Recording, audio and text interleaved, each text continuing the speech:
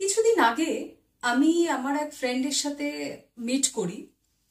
যে ফ্রেন্ডের কথা বলছি সে জেনারেলি খুব হাসি খুশি, ভীষণ বাবলি টাইপের নেচার, এবং হঠাৎ করে দেখি তার চুপ চুপ থাকছে, কেমন একটা লস্ট এক্সপ্রেশন দিচ্ছে।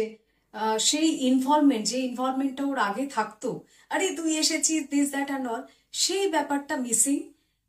এবং ওকে দেখে না খুব টায়ার্ড মনে হচ্ছে। তো আমি কিছুক্ষণ কথাবার্তা বলার পরে আমি বললাম যে তোর কি কোনো সমস্যা হয়েছে, মানে কোনো মানে শারীরিক বা মানসিক কোনো সমস্যা বা এনিথিং? তো শি ওয়াজ লাইক, না, শারীরিক তো কোনো সমস্যা নেই, কিন্তু কিছুদিন ধরে আমার কোনো কিছুই করতে ভালো লাগছে না, মুড আমার লো থাকছে, আমার কারোর সাথে কথা বলতে ভালো লাগছে না, আর খুব টায়ার্ডনেস ফিল হচ্ছে। আর আমি যদি নিজেকে জিজ্ঞেস করি যে এর কারণ কি, কোনো কিছু হয়েছে কিনা বা কিছু, আমি কোনো আনসারও পাচ্ছি না। তো এটা একটা অদ্ভুত একটা কন্ডিশন কিছুদিন ধরে আমার কন্টিনিউ করছে। সো এই সেম প্রবলেমটা যদি আপনারা ফেস করেন, তাহলে কিন্তু সেটা হতে পারে যে আপনার ডোপামিনের লেভেল কম আছে। এবার জানা যাক ডোপামিনটা কি। ডোপামিন বেসিক্যালি একটা নিউরো ট্রান্সমিটার, যেটা আমাদেরকে হ্যাপি ফিল করায়, যেটা আমাদেরকে আনন্দ ফিল করায়। We feel good about this যদি আমাদের ডোপামিনের লেভেল আমাদের বডিতে ঠিকঠাক থাকে। অলরাইট? আর ডোপামিনের লেভেল যদি কমে যায়, তখন যে সিমটমসগুলো আমার ফ্রেন্ডের মধ্যে আমি দেখেছি, সেই সমস্ত সিমটমগুলো হয় টায়ার্ডনেস, লেথার্জি, কোনো কিছুতে ইন্টারেস্ট নেই, লো মুড, এই জিনিসগুলো কিন্তু থাকে। আর ডোপামিনের লেভেল যদি একদমই কমে যায়, তাহলে কিন্তু কিছু মারাত্মক অসুখ হয়, যেমন পার্কিনসন। সেখানে ডোপামিনের লেভেল ড্রাস্টিক্যালি যদি কম হয়ে যায়, তাহলে পার্কিনসনে সে অ্যাফেক্টেড হয়, এবং সেখানে মাসেল কন্ট্রোলের একটা হিউজ সমস্যা থাকে। মাসেল উইক হয়ে যায়, মাসেল কন্ট্রোল থাকে না, দে টেন্ড টু ফল, বারবার করে পড়ে যাওয়া। তো এই জিনিসগুলো কিন্তু হয়। তো এবার বোঝা যাক যে ডোপামিনটাকে কিভাবে আমরা বডির মধ্যে রিলিজ করাবো, যাতে আমরা ভেতর থেকে ভালো ফিল করি। যাদের ডোপামিন রিলেটেড সমস্যা হয়, যে যে সিমটমসগুলো আমি অলরেডি বললাম, জেনারেলি পেশেন্টদের কি অ্যাপ্রোচ থাকে বলুন তো? আমি থ্রু আউট আমার প্র্যাকটিসে যেটা দেখছি, they want the quick fix. You know, quick fix মানে মেডিসিন। আমি মেডিসিন নেব and I will feel good about this. So medicines, supplements are available.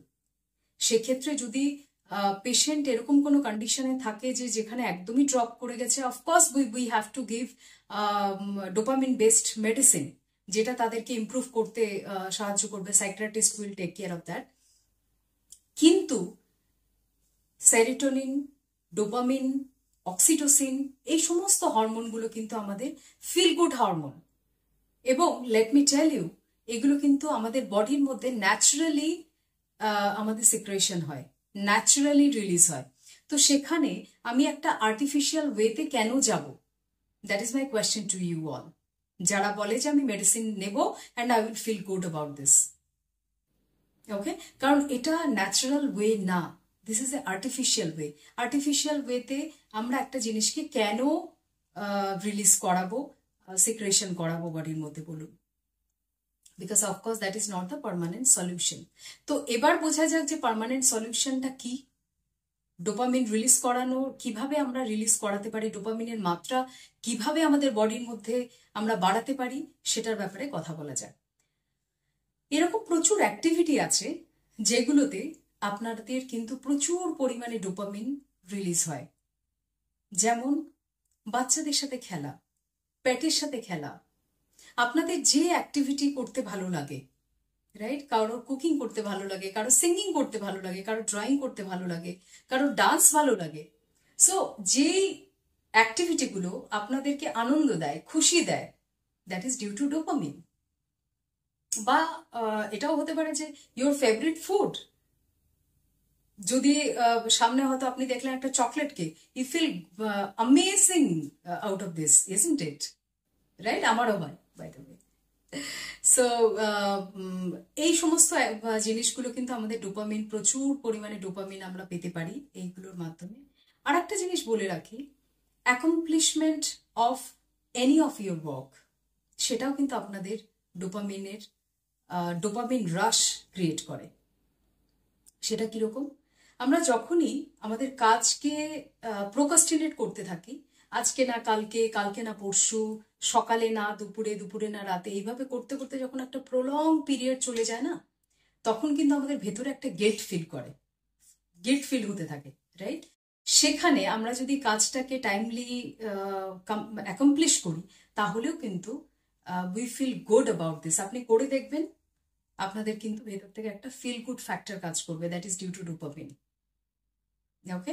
এবং ডোপামিন আর একটা জিনিসও প্রচন্ডভাবে হেল্প করে, সেটা হচ্ছে for your good sleep, for your sound sleep. This is very important. Okay? কিন্তু এখানে আর একটা জিনিসও আমি বলে রাখছি, যে এই যে ডোপামিন, আমরা যে জিনিসটা করতে ভালোবাসি, সেই জিনিসটা আমরা বারবার বারবার করে করতে চাই, ইজন্ট ইট? আমার যদি ওই চকলেট কেকটা খেতে ভালো লাগে, তো আই ফিল লাইক আমি আরো চাই, একটাতে হচ্ছে না, আরেকটু দাও, আর একটা কেক চাই, রাইট? আর একটা পোর্শন চাই, লাইক দ্যাট। বা আমার যদি হয়তো কুকিং করতে ভালো লাগছে, যে কন্টিনিউয়াসলি করেই যাচ্ছি, রাইট? আমার যদি ড্রাইভ করতে ভালো লাগছে, তো কন্টিনিউয়াসলি আমি করেই যাচ্ছি।